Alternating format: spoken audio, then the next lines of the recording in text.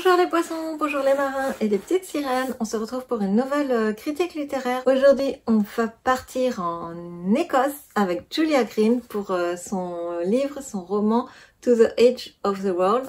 Tu m'excuseras pour mon accent anglais. Il est toujours aussi nul. C'est un livre pour adolescents, pour jeunes lecteurs. Donc le niveau d'anglais est très simple, pas de panique et surtout il va plaire à tous les marins parce que c'est un livre, comme tu le vois à la couverture, qui se passe sur une île d'Écosse, qui se passe en mer, qui se passe à bord de voiliers. Donc un bonheur pour tous les marins, ça plaît aussi bien aux petits qu'aux grands. Donc on attaque tout de suite la critique du livre. Au fil des pages de ce livre, on va suivre les aventures de Jamie qui vient d'aménager sur la petite île de Sainte Kilda en Écosse avec sa mère et sa sœur. Le père est resté en ville en fait et ils viennent d'aménager pour se rapprocher des parents de la mère de Jamie. Jamie est un jeune adolescent, un adolescent peureux, qui a peur de tout, qui a peur de l'eau, qui a peur de nager, qui est très peureux, très froussard, mais qui est aussi un adolescent un peu effacé, pas forcément intégré avec les autres enfants, qui finalement est plutôt ravi d'arriver sur cette île, de découvrir la vie sur cette île, de se rapprocher de ses grands-parents. Il adore aller se balader le matin sur la plage et profiter de la plage lorsqu'un matin il aperçoit sur cette même plage au loin un bateau, un petit voilier, tout petit voilier avec à son bord une jeune fille à peine plus grande que lui et son chien. Et elle navigue seule sur ce voilier, donc il est un peu impressionné et très rapidement, de fil en aiguille, Jamie et cette jeune fille prénommée Mara vont se lier d'amitié, vont s'apprivoiser l'un l'autre parce que Mara est finalement une gamine solitaire, assez livrée à elle-même, qui vit seule avec sa mère, voilà, qui sont un peu exclus de la société qui se passe sur cette île. Donc voilà, très vite, Jamie et Mara vont se lier d'amitié et vont vivre une aventure extraordinaire avec ce petit bateau le temps d'un été. C'est vraiment un récit presque initiatique où les personnages vont se transformer et évoluer au fil du récit. Mais j'ai pas envie de te spoiler trop le livre parce que on est vraiment happé par le roman, on est happé par l'écriture de Julia Green. On va de rebondissement en rebondissement, d'aventure exaltante en aventure exaltante, donc je veux pas trop t'en révéler parce que une fois que tu vas avoir commencé à le lire le livre, tu vas être captivé et ne plus pouvoir le lâcher. Je l'ai lu en 2 jours, alors que l'anglais c'est pas forcément ma langue première et j'ai pas un niveau de fou en anglais. Comme je te dis, ça reste un livre pour adolescents, donc le niveau d'anglais est très accessible. J'ai beaucoup aimé l'ambiance du livre en lui-même.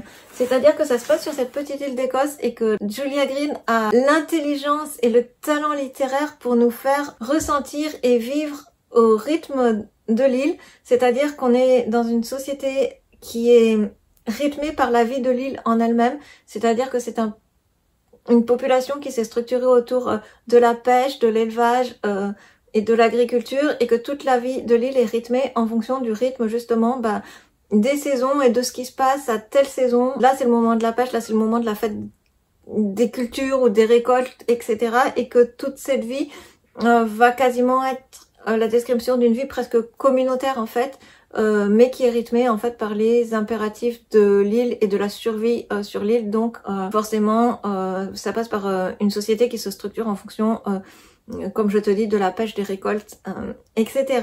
Il y a aussi tout un assemblage, une articulation très intéressante aussi autour des bateaux en bois, de la construction des bateaux en bois, et notamment on est introduit à cet univers-là par le grand-père de Jamie qui lui-même construit des navires en bois traditionnels de l'Écosse, et donc il y a tout ce vocabulaire maritime incroyable. Donc c'est pour ça que ce livre va vraiment plaire aux marins, parce que tout le long du livre on parle de la mer, on parle de navigation, puisque les enfants vont naviguer à bord de ce petit voilier, ils vont vivre une aventure par-delà la mer palpitante, et on va vite se rendre compte que des fois le bout du monde et l'aventure du bout du monde peut se révéler à notre porte et à notre portée. Ce vocabulaire spécifique au monde marin va vraiment être appréciable pour tous les marins qui veulent progresser dans ce registre de vocabulaire. On apprend souvent des phrases toutes faites quand on passe nos examens de bateau, mais en fait on pratique pas ce vocabulaire, donc si tu n'es pas en contact régulièrement avec ce vocabulaire, tu vas l'oublier. Là c'est une bonne façon d'être en contact avec tout le vocabulaire, et pas seulement le vocabulaire de la radio, mais le vocabulaire aussi à bord d'un navire. Ça peut être utile si tu voyages avec des équipages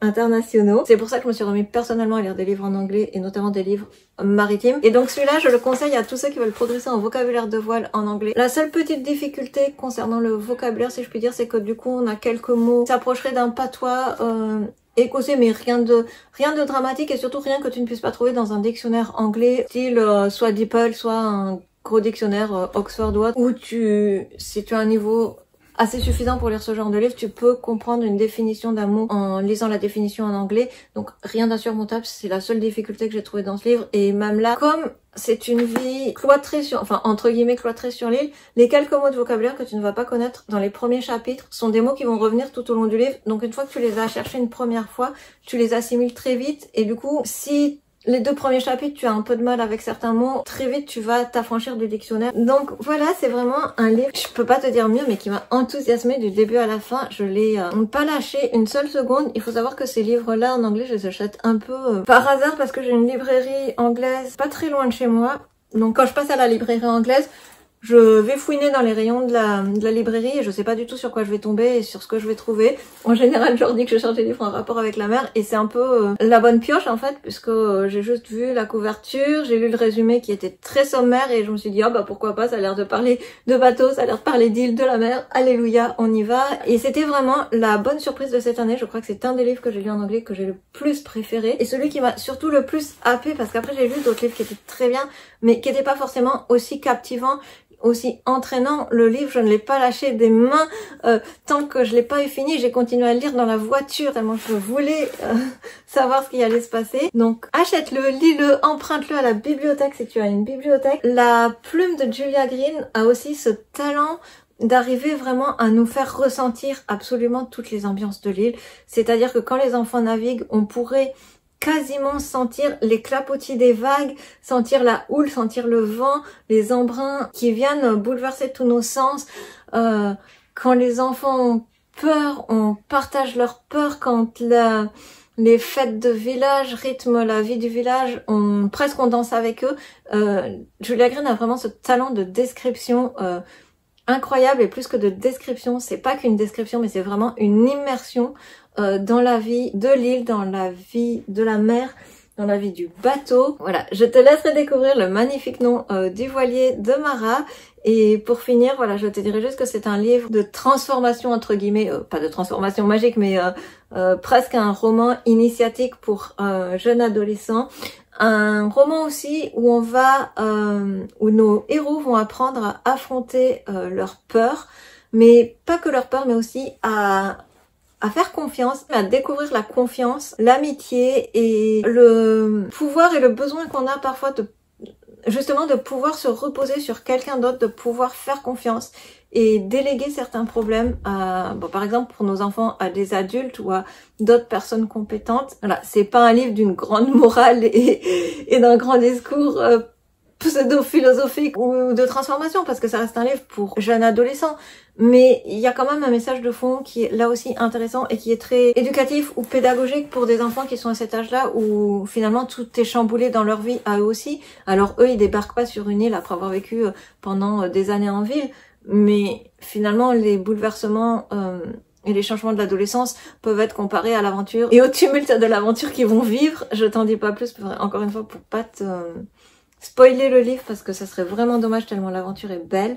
Mais voilà, je voulais vraiment saluer la plume de Julia Green qui m'a enthousiasmée, mais comme ça fait longtemps que j'ai pas été happée par un livre et par une histoire, alors que pourtant je suis clairement pas le public ciblé, mais après l'avoir acheté, après l'avoir fini, une fois que j'ai fini d'écrire ma critique de livre, je suis allée voir les avis sur ce livre et j'ai été contente de voir que j'étais pas le seul adulte à avoir été complètement enthousiasmée par le livre et à lire des critiques et des commentaires qui disaient que leurs petits-enfants leur avaient conseillé de lire ce livre et que le grand-père était totalement enchanté lui aussi par la lecture, que les parents avaient apprécié aussi bien que les enfants lire ce livre. Donc voilà, c'est un livre qui plaira à toute la famille, avec un anglais très simple et très accessible, mais un univers totalement immersif. J'ai envie de te dire plein d'embruns, on sent vraiment les embruns quasiment à la lecture de ce livre.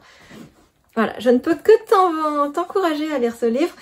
Pour la petite anecdote, c'était le premier livre de Julia Green que je lisais, donc je n'avais là encore aucune attente, c'est une totale découverte. Donc peut-être que si tu as lu d'autres livres de Julia Green, et notamment des livres un peu plus matures, parce qu'elle n'a pas écrit que des livres pour les préadolescents, mais voilà, des livres pour des adolescents ou des jeunes gens un peu plus âgés. Donc évidemment, si tu as l'habitude de la plume de Julia Green et que tu lis des livres un peu plus matures, peut-être que tu trouveras cette écriture un peu plus simpliste, mais voilà. Moi, ça m'a donné énormément envie de découvrir plus de livres de cet auteur, de cette autrice, et notamment ça m'a donné envie de découvrir plus de livres de Julia Green, plus de livres de cette autrice, et de plonger dans tous les univers qu'elle peut créer. Elle écrit énormément de livres sur la mer ou qui se passent en bord de mer. Anecdote étonnante, hein, j'ai commencé à lire ce genre de roman en anglais, d'un parce que je voulais progresser en anglais, de deux partant du constat qu'il y avait énormément de livres d'aventure pour enfants, ou plutôt pour adolescents, qui se passent en bord de mer, qui se passent à la mer ou sur des bateaux ou dans les îles. Peut-être parce que l'Angleterre en elle-même est une île et voilà, l'Écosse aussi, par rapport à la France, et que c'est peut-être pour ça qu'on a beaucoup plus de cette genre de littérature pour enfants et adolescents. C'est vrai que du coup, j'étais vraiment étonnée de découvrir tout cet univers littéraire, et surtout, voilà, la plume de Julia Green, pour moi, ça a été la révélation de cette année en termes de livres que j'ai pu lire, et notamment de livres anglophones. Je ne peux que te la conseiller. J'espère que tu aimeras ce livre autant que je l'ai aimé. Et voilà, je vais pas t'en dire plus. N'hésite pas à me dire en commentaire si tu as déjà lu des livres de Julia Green, si tu as envie de lire ce livre, si tu as lu des livres de cette autrice, lesquels tu as aimés, lesquels tu me conseilles pour continuer, puisqu'elle en a écrit énormément. Il y en a un nouveau qui vient de sortir, donc je vais croiser les doigts pour que ma petite librairie anglaise ait de l'arrivage prochainement.